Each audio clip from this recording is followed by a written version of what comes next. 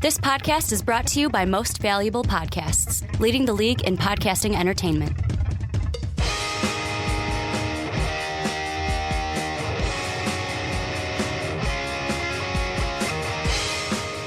Hello, football fans, and welcome to the Onside Kick. My name is Ricky Widmer, and as always, I'm joined by the Mark Weber. Hey, dub them E's. And first and foremost, you guys may be wondering, well, Ricky, you sound a little bit different today. That's because I am under the weather. However, I blame Brandon Swanson for this, and I'm still here to do a podcast because I love you guys so much, and me and Mark were here.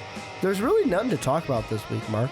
Well, I mean, to be fair, Russell Wilson did dress up as Batman for Sierra's birthday party. But J.J. Watt did it better. So J.J. Watt did it better. I don't know. Russell Wilson, this picture I'm looking at from Twitter, he is next to the Batmobile. I don't know, man. J.J. Watt. Did you see the one with J.J. Watt? Yeah. J.J. Watt just looks like it. He looks like a more masculine Batman. Well, the thing about J.J. Watt is he's a monster.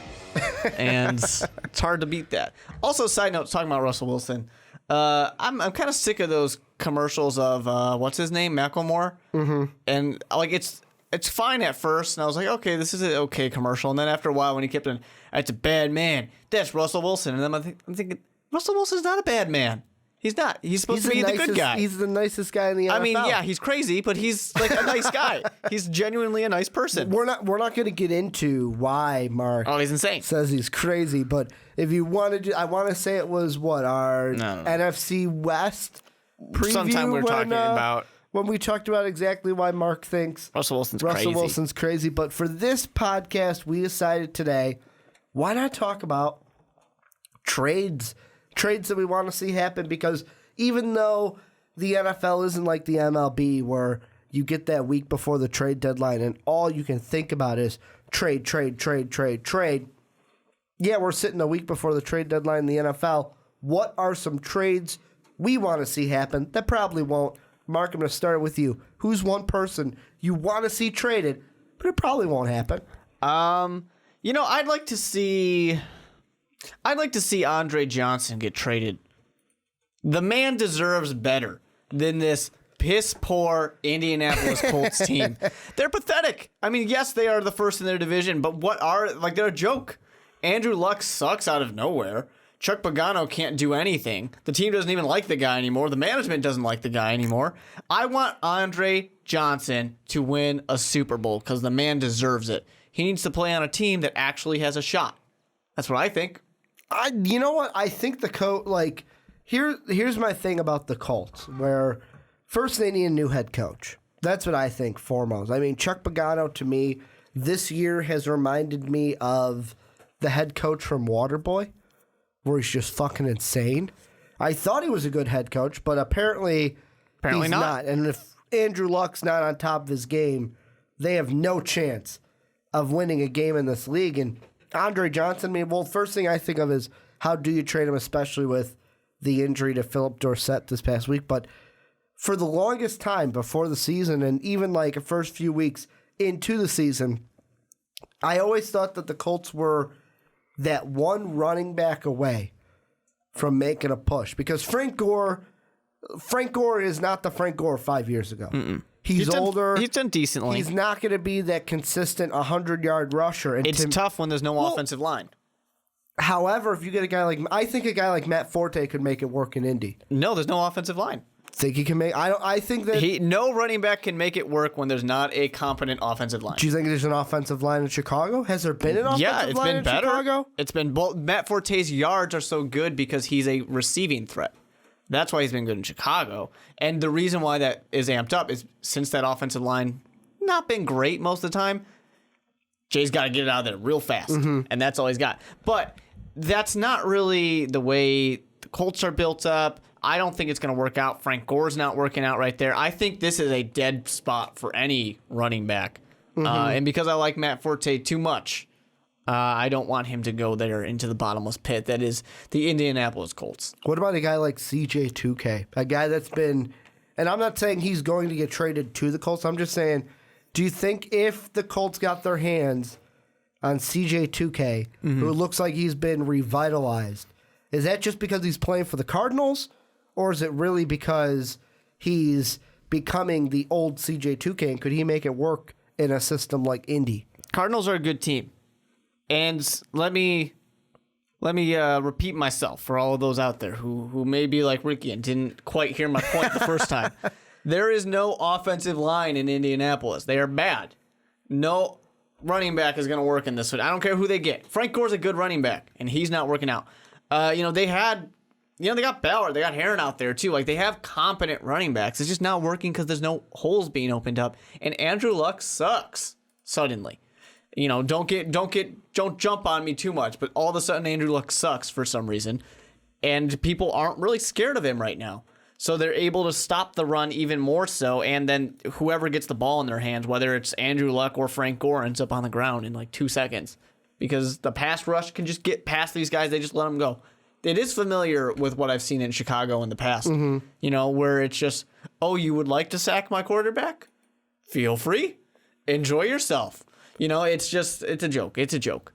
That's why I think there are too many good players on the Colts. The Colts suck. I want to see those players go to real teams that are going to win. Then why not, and I don't think this would happen, but this is just me playing Madden in my head. Then why not work out a deal to send Andre Johnson to a team like Dallas and try to get an offensive lineman from Dallas? Sure, that would work. Because that's a team, right? When I think the mecca of offensive linemen right now, I think Dallas. Oh, yeah, for sure. It's a great offensive line. They all kind of, well, I shouldn't say they all. A lot of analysts thought that the Cowboys are going to be just fine because they have this great offensive line, so you can put whoever you want back there and they'll run, and that hasn't really proven to be the case. But it is a very solid offensive line. That would work, too, because you kind of substitute the Des Bryant situation. Not that Andre Johnson currently and Des Bryant are the same thing. Apparently going to be coming back. Apparently. That's what they hope. So is Tony Romo. He's going to come back at some point, too. And apparently that division's still up in the air. I mean, whoever can win it here. Dallas Cowboys, they're only back by a game. 2 games. And this is a kind of side note on trade, but just because we mentioned the Dallas Cowboys, I love it how after, I want to say it was during the Sunday night game, or it was after Dallas's game against the Giants, where Jerry Jones came out and said, oh, well, you know what? He's going to be back for this week. That's Des Bryant. He's going to be back. There's no way. And then right away, all the Adam Schefflers, the Ian Rappaports were like, hey, you know what? He's not supposed to be back until Tampa, until week 10. Yeah, calm it down, buddy. Well, Jerry Jones has no idea what's going on. Greg Hardy, you want to push around our coaches? Have fun, buddy. Just do it. Who cares? We don't care at all. And really quick, before we get off the Colts, how funny would it be? We're all talking about how Chuck Pagano needs to get fired, right? And this is the number 1 team in the AFC South. They're leading that division. How funny would it be if a head coach got fired and the team still managed to get into the playoffs and still have a home game in the playoffs? It depends on that team and how, It's the Colts. Well, let's put it this way. Everyone else sucks. The only reason the Colts are winning right now is because Houston sucks, Jacksonville sucks, Tennessee sucks. The thing it reminds me of is the AFC South right now. In general? Well, the AFC South right now reminds me of what the NFC West used to be. This year, we could have a team that is 7-9 and make the playoffs and get a home playoff game. That's the NFC least every year. Besides the last couple, but Not usually these teams have been though. Usually it's just been a bunch of middle of the road teams. Somebody week 17 managed to get ahead of somebody else and wins their way in there, and then the Giants win the Super Bowl. Yeah, but not that's usually how it 7-9. goes. Yeah, sure, but I wouldn't necessarily be too confident about a 7-9 record for the Colts either. 8-8, okay, I can get behind 8-8. And here's one. We were talking about the Cowboys. I want to throw this out there. This is from NFLmocks.com. Cool. Their article about the trade deadline, 10 possible deals that could happen. Obviously a big name. We're going to talk about him. He's if you're on the YouTube page, you're looking at his great picture right now Oh, it's a against beautiful the Green picture. Bay Packers, Matt Forte. He's a champ. And they're saying Matt Forte to the Dallas Cowboys and the compensation would be a 3rd to 5th round pick for Matt Forte to go to the Cowboys. I just think on the part of the Chicago Bears, I don't see the value for them to do it. I see the value for the Dallas Cowboys, obviously, but for the Chicago Bears, like a 3rd to 5th round pick for your best player on your team, I just don't see any value to that. See, the thing I'm thinking of, if I'm trading Matt Forte to the Cowboys, and if I'm Ryan Pace, I'm thinking, what player am I getting? Kind of like, I treat it kind of like a baseball trade. Mm-hmm. Anytime the Cubs have traded someone, what prospect? We trade Samardzija. What prospects am I getting? Yeah. That's what I'm thinking with Matt Forte. It's like, okay, I'd like this draft pick for the potential, but who can you give me right now that I can be happy with? Okay, he can play right now and grow into something for our team. For sure. I mean, and the big thing I think if someone's going to trade for Matt Forte, it's somebody who's going to compete for the Super Bowl now. Dallas Cowboys are the worst team in their division. Yeah, their division's not that tough. Like I said, they're only really 2 games behind. But still, it's not looking that great. They still have a while before Tony Romo comes back. Can Matt Castle really lead too much? He didn't show that he could in this past game. So, I mean, definitely would help them. But I think if somebody wants to trade for, a guy like Matt Forte, somebody who's going to take them to the promised land, it's got to be somebody kind of who actually has a shot, right? Somebody who's actually there competing. Unfortunately, a team that you would think needs a little bit of a push, the New York Jets would use another push to get past the Patriots, but the New York Jets are great in the run game. Pittsburgh Steelers, they could definitely use a push, to get. I mean, they're unfortunately competing with the Cincinnati Bengals, who are undefeated right now. But I mean, I just don't really see too many great locations for a guy like Matt Forte to really be traded to. Well, and the thing with the Bears that you're thinking of is Matt Forte, his contract is done after the season. So if I'm Chicago, and I mean, it's got to be this week that you make that decision. It's got to be, well, are we going to re-sign this guy? Does he want to come back? Because if not, we got to trade him. He says he wants to come back. I mean, he's always the kind of guy who likes money. But he says he wants to come back to Chicago. He definitely is a pretty important part to the team. He hasn't shown that he's slowing down yet as much as his age says he should. I see no reason why Matt Forte doesn't come back. I think he'll be an important part to John Fox and Adam Gase's offense in the future. But are you going to pay? Are you going to want to pay him that much? I think they will. Not are you going to? Are you going to want to? Because next year... I mean, I wouldn't want to pay anybody anything if I could. Next year, he hits that magical age for running backs at 30. Yeah, for sure. I wouldn't want to pay anybody if I don't have to. But, you need... That's how it works, Mark. You pay people. That's what I'm saying. You need to have a guy like this here. You can't just say, all right, see you later. We're going to hope that Jeremy Langford is the real deal and that Jaquiz can continue to be Jaquiz. It's not a good place to be in, especially when this offense has been so focused on Matt Forte for Chicago, and then just letting Jay Cutler be slow, safe, and steady.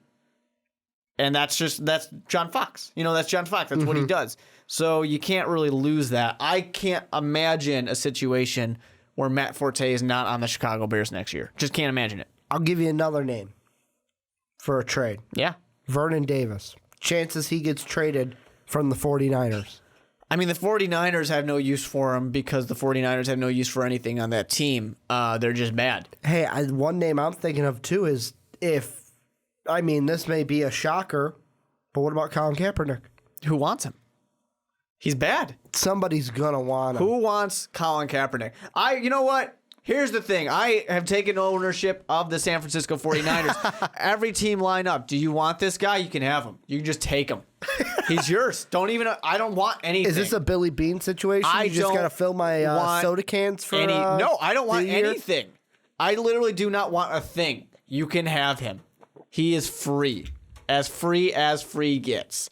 No And draft still, picks. Just no, I take literally him. do not want a single thing, and he will still be on my roster at the week's end.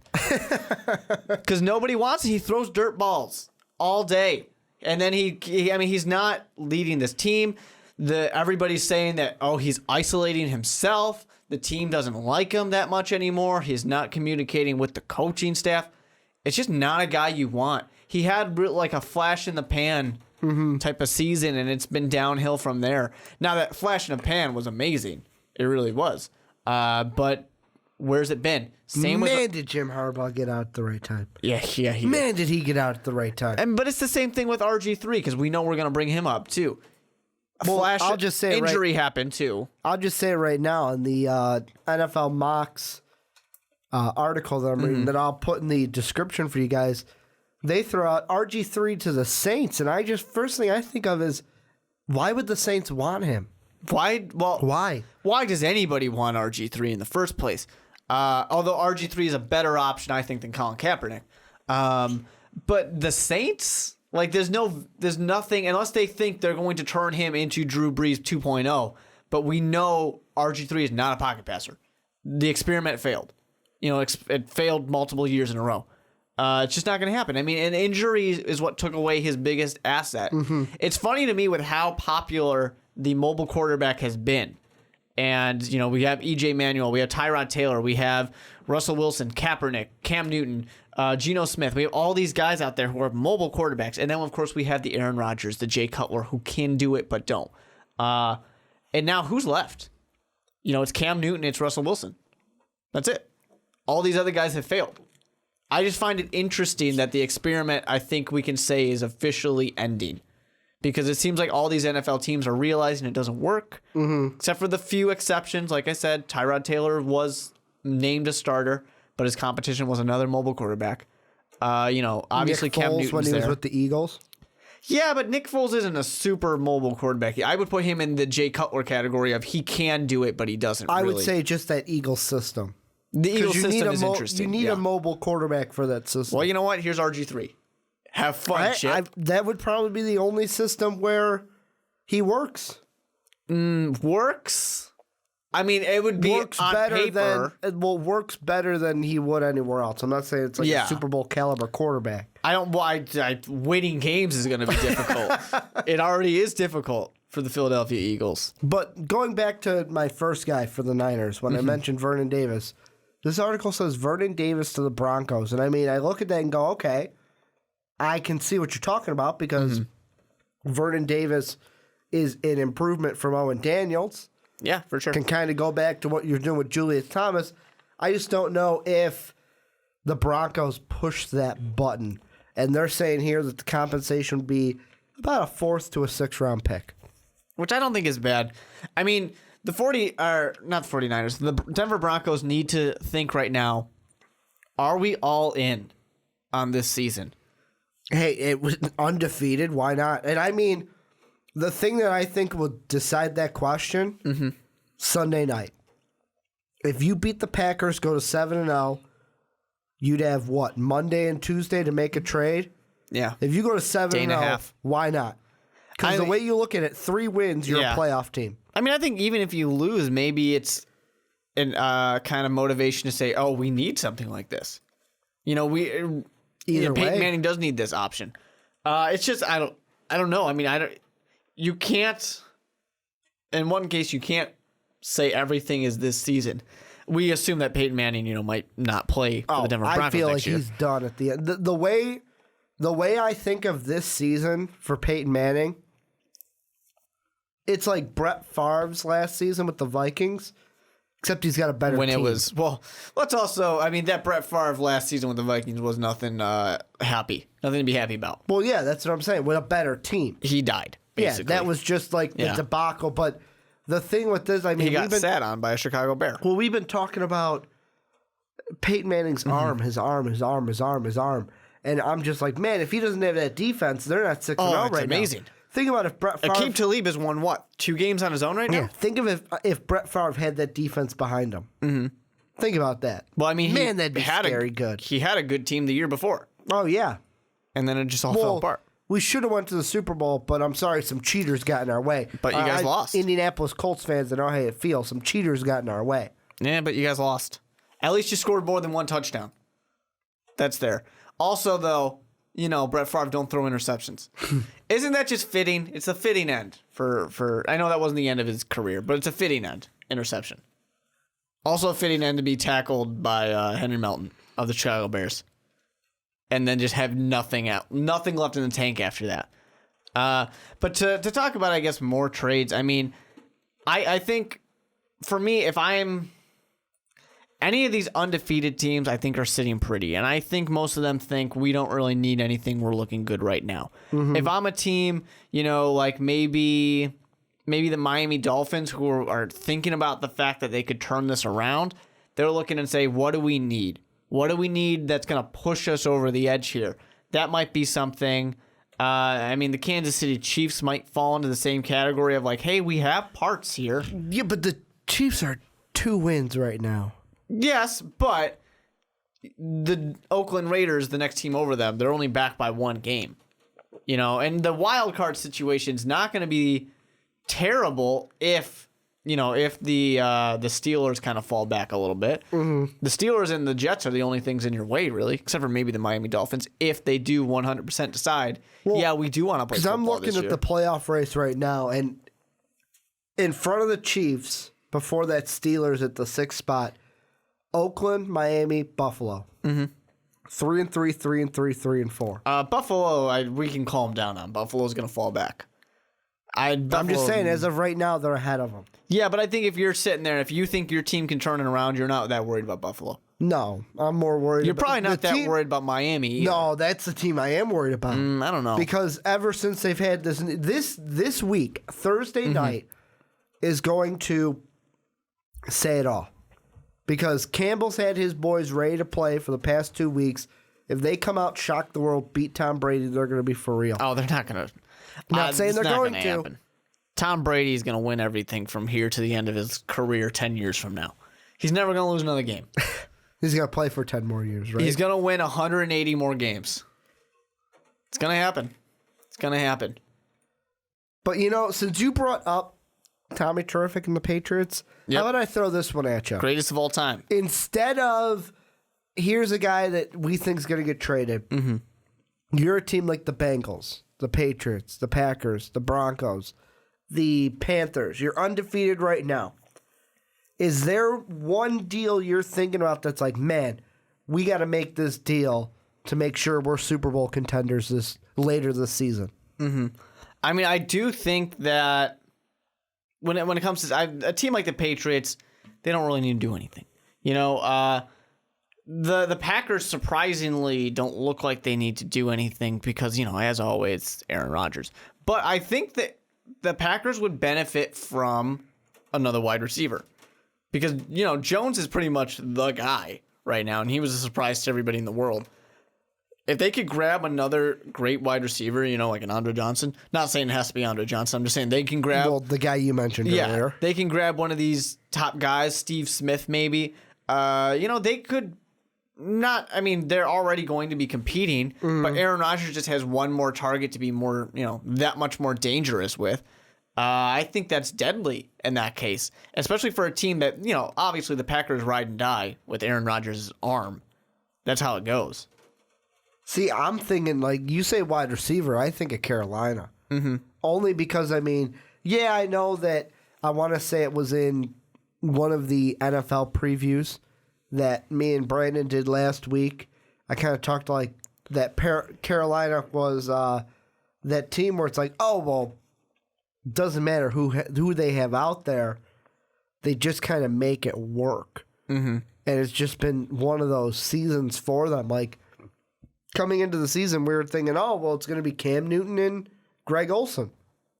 Ted Ginn Jr.'s made it work. They have Brown making it work. And I don't know. I feel like if the Browns want to be for real, or not the Browns, the Panthers want to be for real, they have to get one more receiver because right now Greg Olsen leads the team with 437 yards, 3 touchdowns.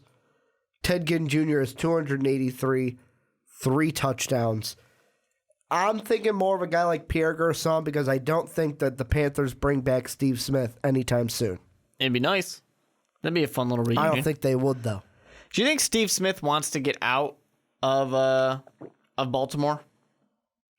Yes, because he's retiring at the end of the year. Yeah, he's got to want to get out of there, right? That's what I would think, You because think he's he's sitting there retiring saying, at the hey, end. trade me anywhere.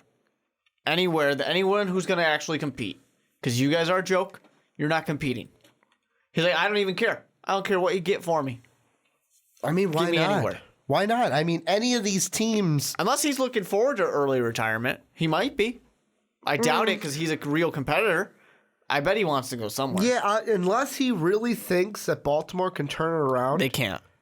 I think that if I was him, I'd be behind the scenes going, trade me somewhere. Mm-hmm. Get something for me. Yeah. Exactly, because you're not getting anything. You're a team that needs something. Even if it's just like a 5th round, 6th round pick. You need something. You know, it probably will be like a 6th round pick. You and need the way something. I'm thinking about it, if I'm him, is, hey, you know what? I'm done at the end of this year. I don't want to be one of the last teams in the league. Yeah. Who actually has decent odds to be the worst team.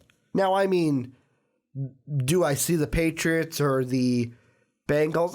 Bengals maybe, but do I see the Patriots going out and trading for Steve Smith? No. Mm-hmm. But a team like Carolina, they may not because they don't want to bring Steve Smith back because it was kind of a rough kind of breakup to get him out.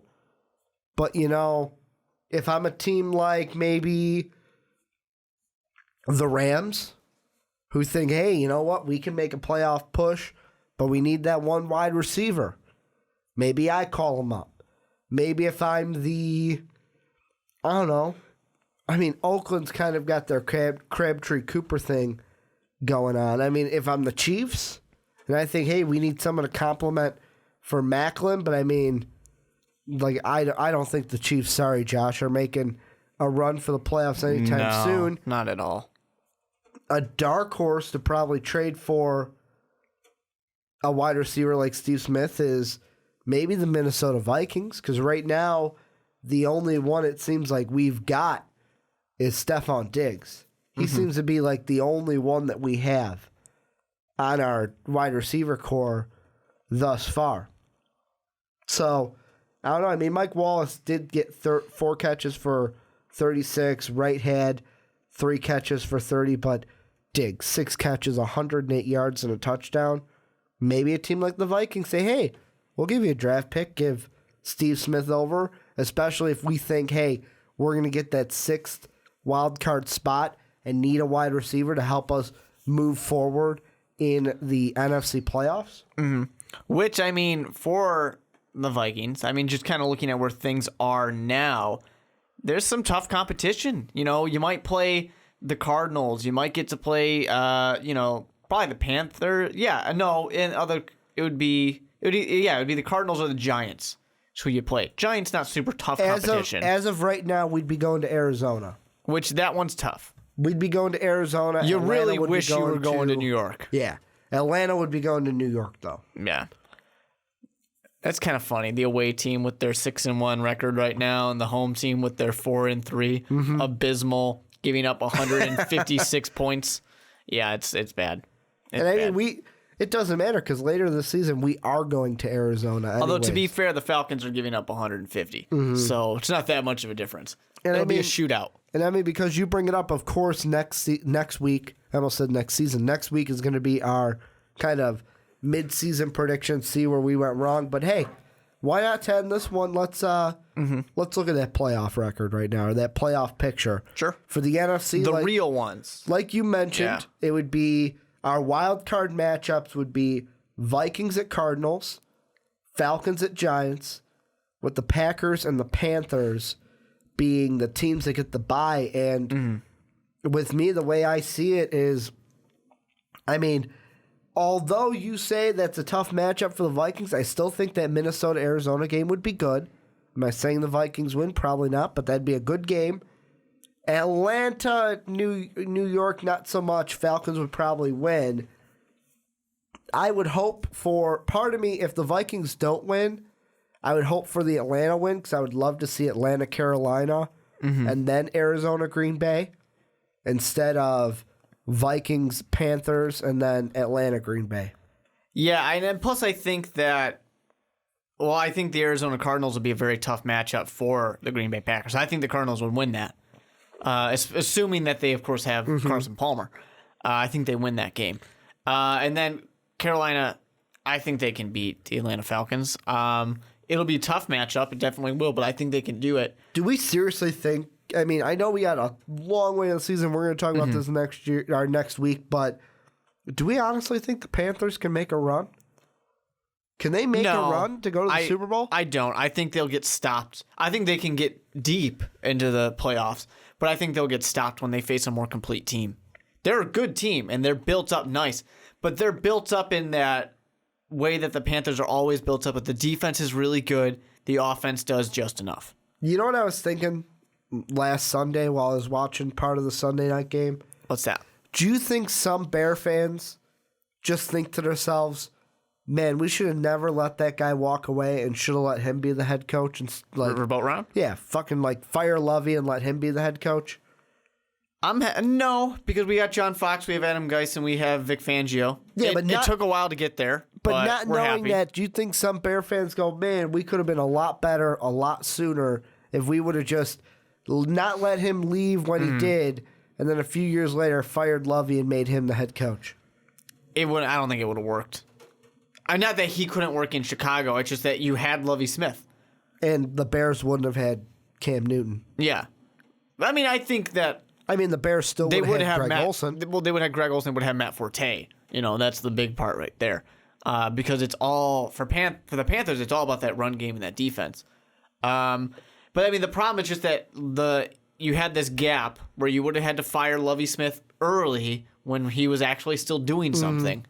And then he got fired for a 10. I mean, he didn't make the playoffs, but it was a 10-win season. Yep, but that's why he got fired. He doesn't make the playoffs. It just wasn't good anymore. It wasn't working anymore. But yeah, I mean, out of those who we have, I honestly, if it ended right now and everything was playing out, I would see Carolina Panthers, Arizona Cardinals as the NFC Championship game. Arizona Cardinals goes to the Super Bowl. That's what I would see. You want to know what's funny about that? And I'm going to quickly do my research, my due diligence per se. I want to say that was the NFC title game the last time the Panthers went to the Super Bowl. There you go. But this time they would lose. What year was that? Was that 05? 04, 05? Sounds close enough to me. 05, they went to the conference game and lost to Seattle. 04...